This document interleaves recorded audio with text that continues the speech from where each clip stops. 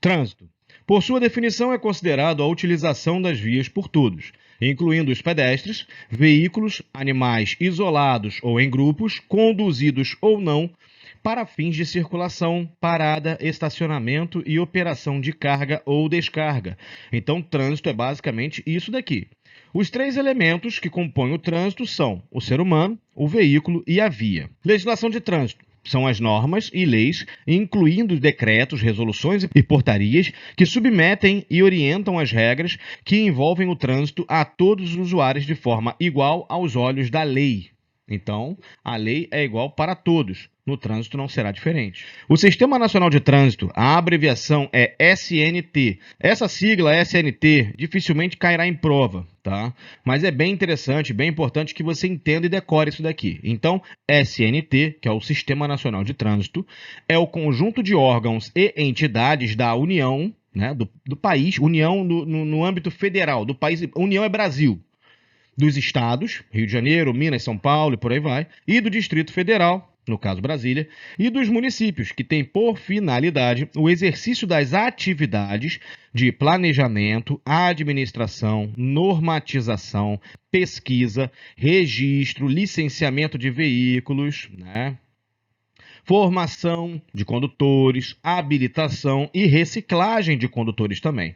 Educação, engenharia e operação do sistema viário, policiamento, fiscalização e julgamento de infrações e de recursos, e também das aplicações de suas penalidades. Os órgãos e circunscrição e suas competências. Nós temos aqui na esfera federal, na esfera estadual e na esfera municipal. Federal, a nível de Brasil, estadual são os seus estados, Rio de Janeiro, Minas Gerais, São Paulo, e municipal são os seus bairros, seus municípios. Né? E temos os normativos, os executivos, os fiscalizadores e os recursais. Vale fixar aqui que o único recursal que tem o mesmo nome em todas as esferas é a JARE. Então, o normativo na esfera federal é o nosso CONTRAN, que é o Conselho Nacional de Trânsito. Na esfera estadual é o CETRAN, e em Brasília é o CONTRADIF. Na esfera municipal, ele é o Conselho Municipal.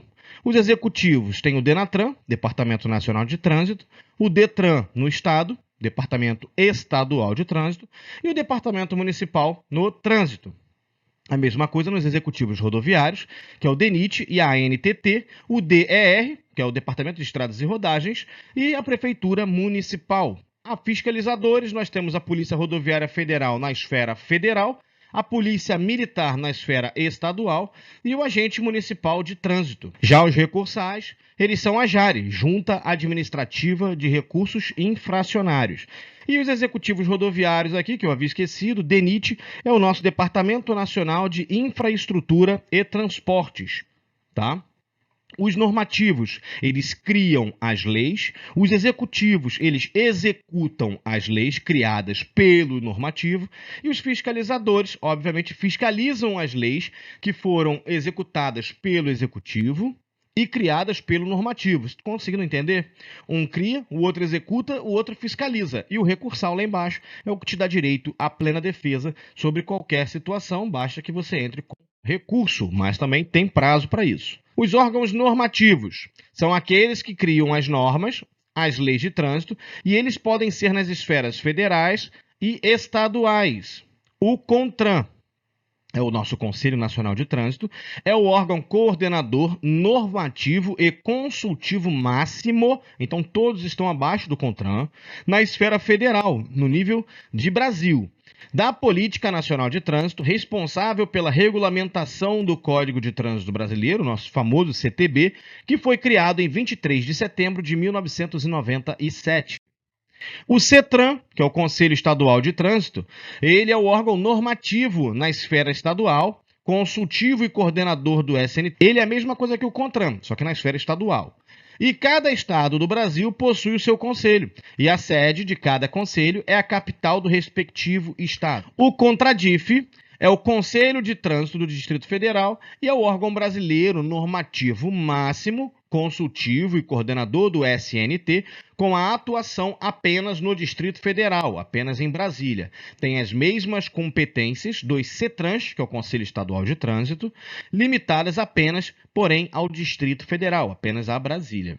Os órgãos executivos, né? Como nós mostramos agora, esses que passaram foram os normativos. Agora nós vamos falar sobre os executivos. Os que nós falamos, eles criam a lei e esse aqui executa, ele bota em prática. Então, os órgãos executivos, eles colocam em prática as normas criadas pelos órgãos normativos, pondo em prática as leis criadas por ele, executando.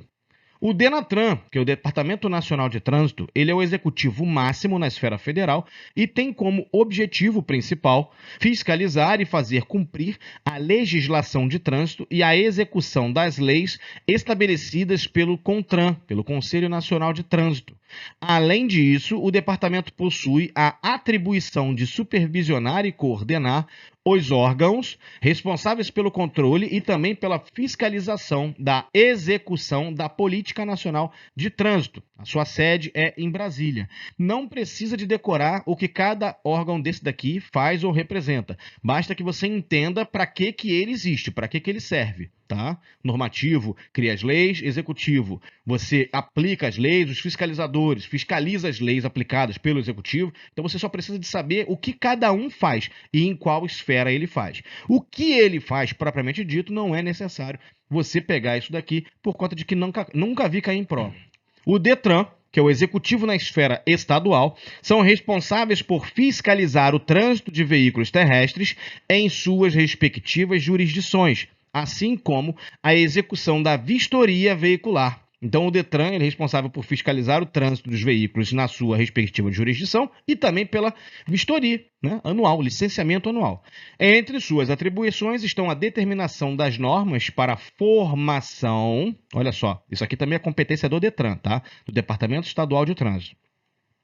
Formação de condutores e fiscalização de condutores candidatos à obtenção da Carteira Nacional de Trânsito. Então, ele também é responsável tanto pela formação quanto pela fiscalização dos candidatos. Os DETRANs também são responsáveis pelos credenciamentos de fabricantes de placas e tarjetas na jurisdição de cada estado. A CIRETRAN é a Circunscrição Regional de Trânsito.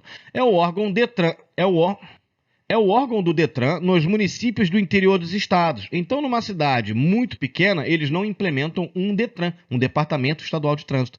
Eles botam uma CIRETRAN, que é uma Circunscrição Regional de Trânsito. Tem a mesma funcionalidade, faz as mesmas coisas, porém é menor.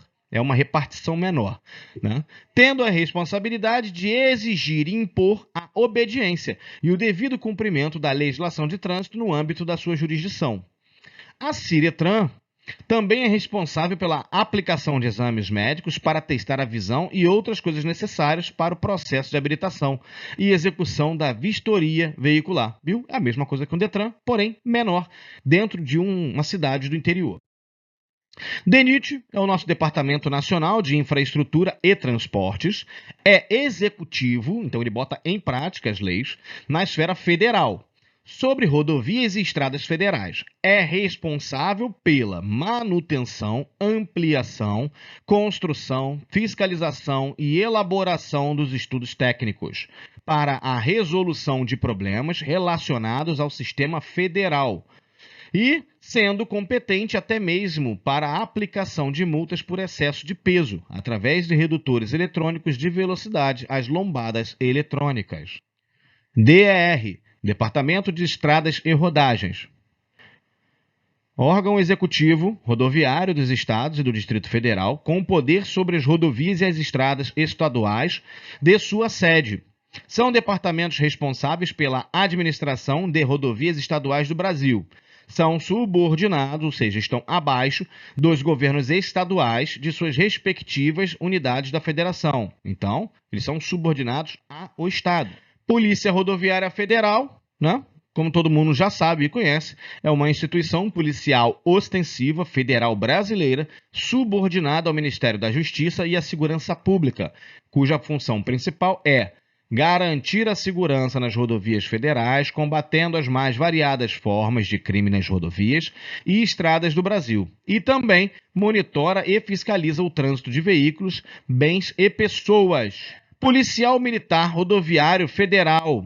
A Polícia Militar também faz esse papel em determinadas áreas. Então, vamos lá. Polícia Militar Rodoviária Federal. Polícia Militar Rodoviária Federal tem o mesmo propósito com competências da Polícia Rodoviária Federal, porém, nas estradas e rodovias estaduais. Então, existe dentro do Estado um batalhão especializado só para trabalhar em cima das rodovias que passam por aquela cidade, né? por aquele distrito. Por exemplo, é uma rodovia federal, porém passa no perímetro urbano, não dá para a Polícia Rodoviária Federal tomar conta de tudo, então eles selecionam um pedaço do policiamento militar daquele lugar para poder estar fazendo a fiscalização. Então ela é uma polícia militar estadual cumprindo um papel da Polícia Rodoviária Federal. JARI. Junta Administrativa de Recursos de Infrações. Normalmente JARI cai em prova, já vi cair algumas vezes, tá? Ela é responsável pelo julgamento de recursos interpostos, corrigindo possíveis problemas que possa acontecer por parte dos agentes fiscalizadores ou das autoridades de trânsito, dando o direito de recurso ao suposto infrator. Compete às JARI. Vamos ver o que compete a elas. Vamos lá. Julgar os recursos interpostos pelos infratores, solicitar aos órgãos e entidades executivos de trânsito, no caso os DETRANs, tá? E executivos rodoviários, informações complementares relativas aos recursos, objetivando uma melhor análise da situação recorrida e encaminhar aos órgãos e entidades executivos de trânsito e executivos rodoviários informações sobre problemas observados na autuação, ou seja, na multa, e apontando os recursos em que se repitam continuamente. A JARI tem a obrigação de julgar o recurso em até 30 dias e, se isso não acontecer, a multa deverá ser cancelada. Aproveitando aqui, eu convido vocês a seguir a gente nas outras redes sociais, tanto no Instagram quanto no Facebook, pois lá tem muito conteúdo de relevância, além também de outros cursos que complementam esse daqui. E eu tenho certeza que vai aumentar em até 95% de chance de aprovação de primeira. Então, confere. Processo para a CNH. Vamos conversar o que é necessário para dar entrada no processo de habilitação.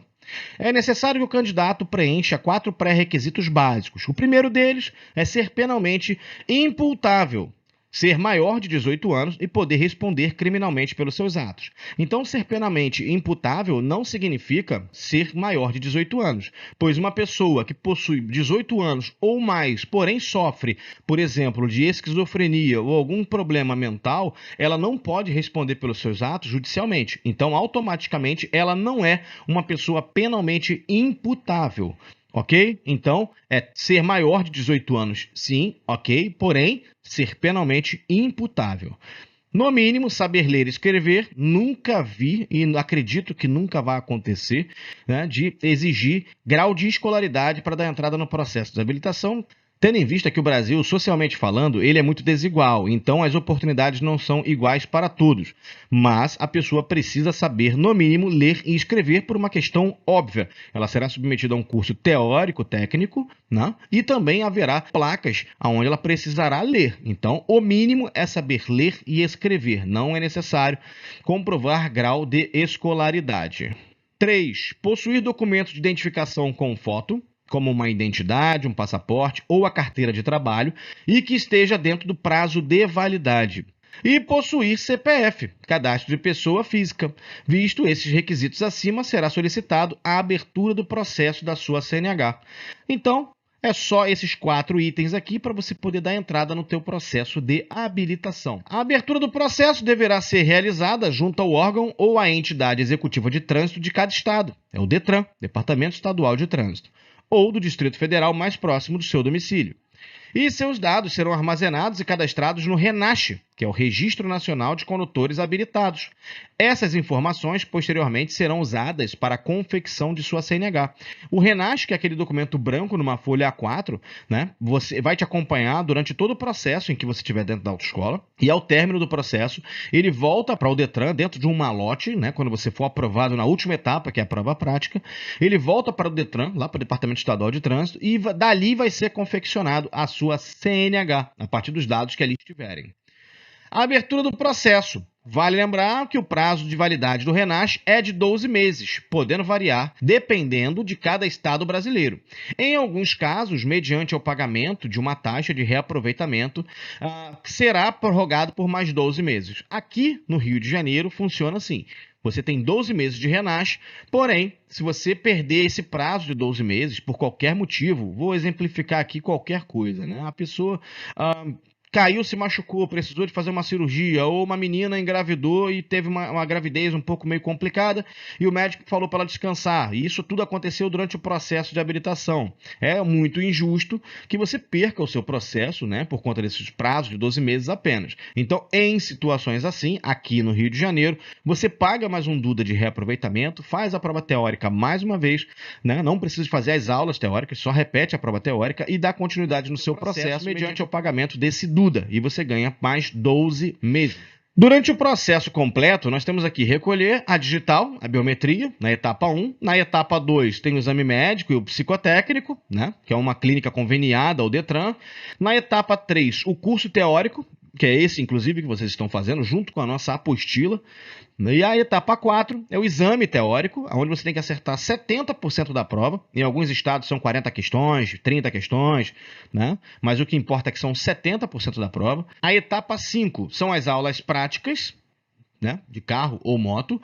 A etapa 6, o exame prático de carro ou moto. E a etapa 7, obviamente, pegar a sua tão querida e sonhada CNH. Então, colher digital, exame psicotécnico, curso teórico-técnico, exame teórico, né? A aula prática, exame prático e CNH. São 7 etapas. A autorização para conduzir ciclomotor não é uma categoria, na verdade.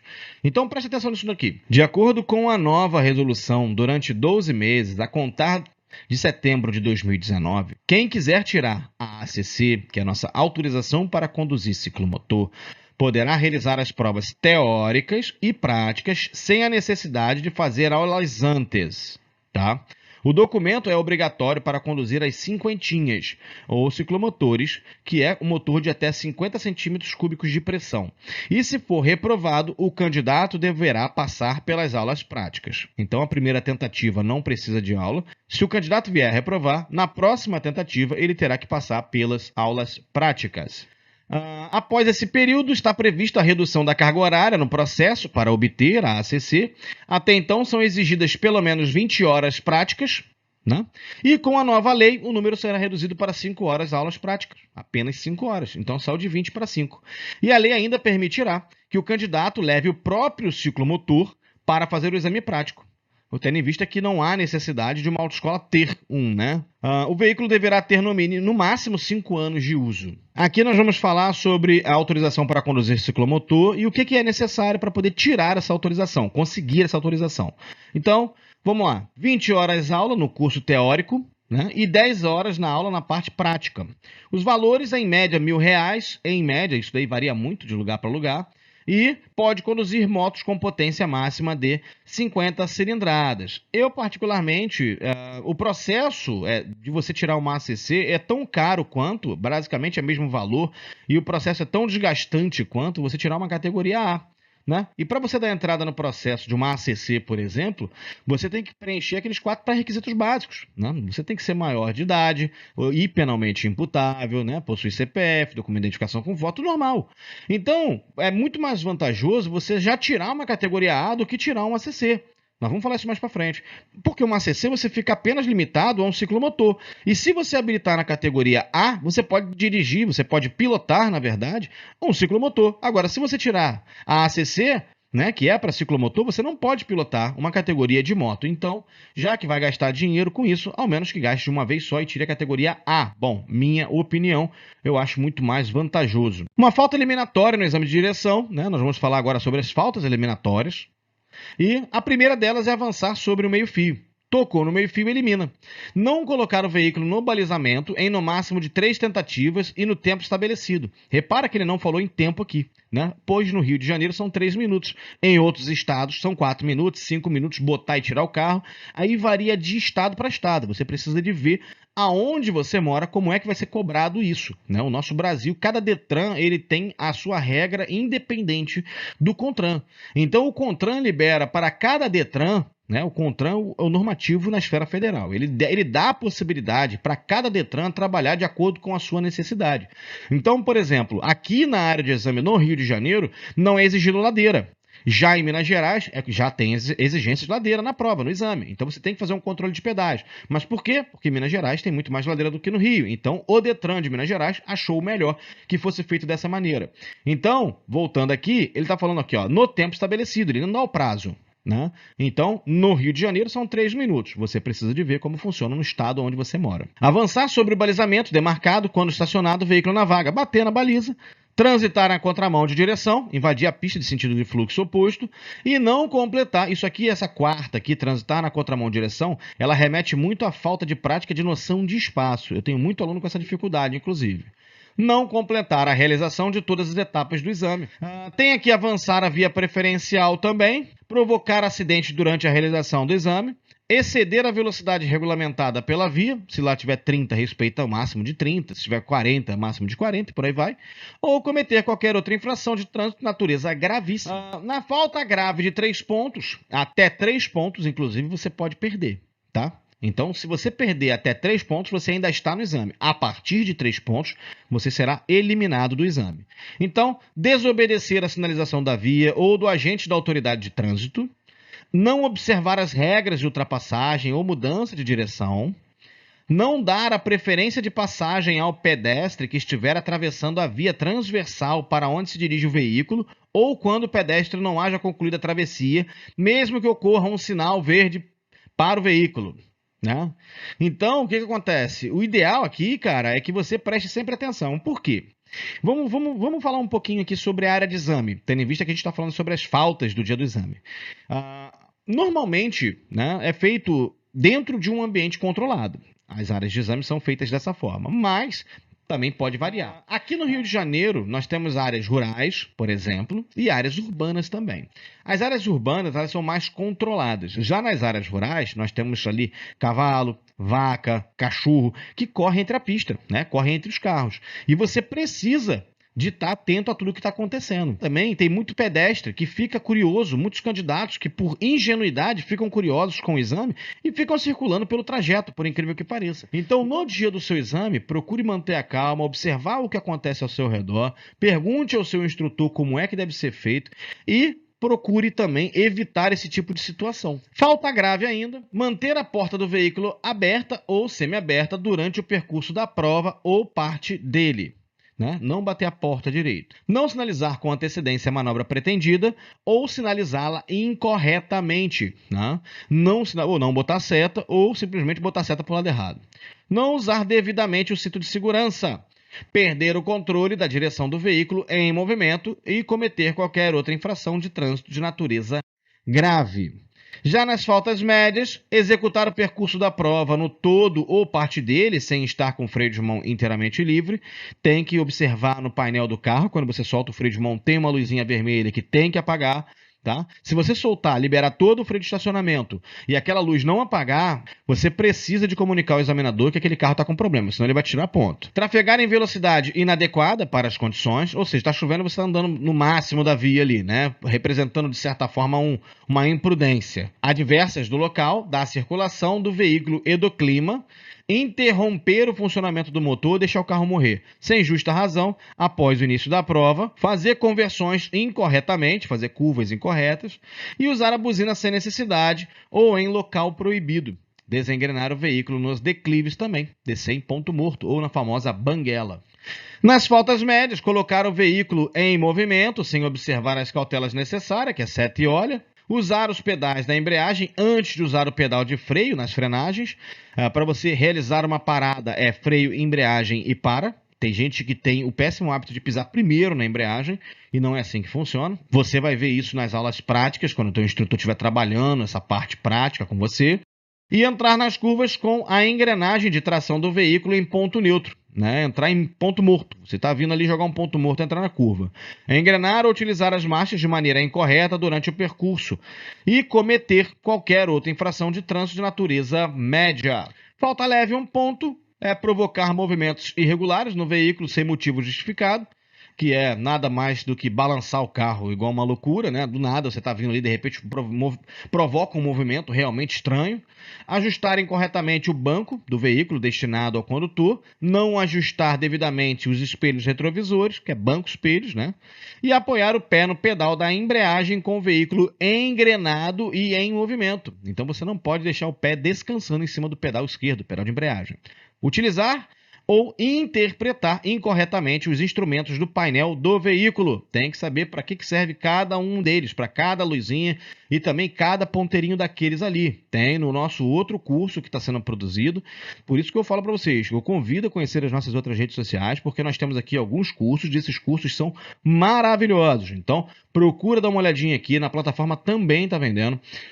Vai ser bem interessante para você. Se você comprou a apostila, comprou esse videobook aqui, né, que é da nossa apostila, e vai também levar logo, aproveita e leva logo o nosso Dirigindo para Iniciantes, né, que é onde eu vou te mostrar como é que faz para você, por exemplo, utilizar ou interpretar incorretamente os instrumentos do painel, ajustar o banco do veículo, não ajustar os espelhos de uma forma errada. Então, nesse outro curso, eu vou passar isso tudo para vocês também, para aumentar as chances de aprovação em até 95%.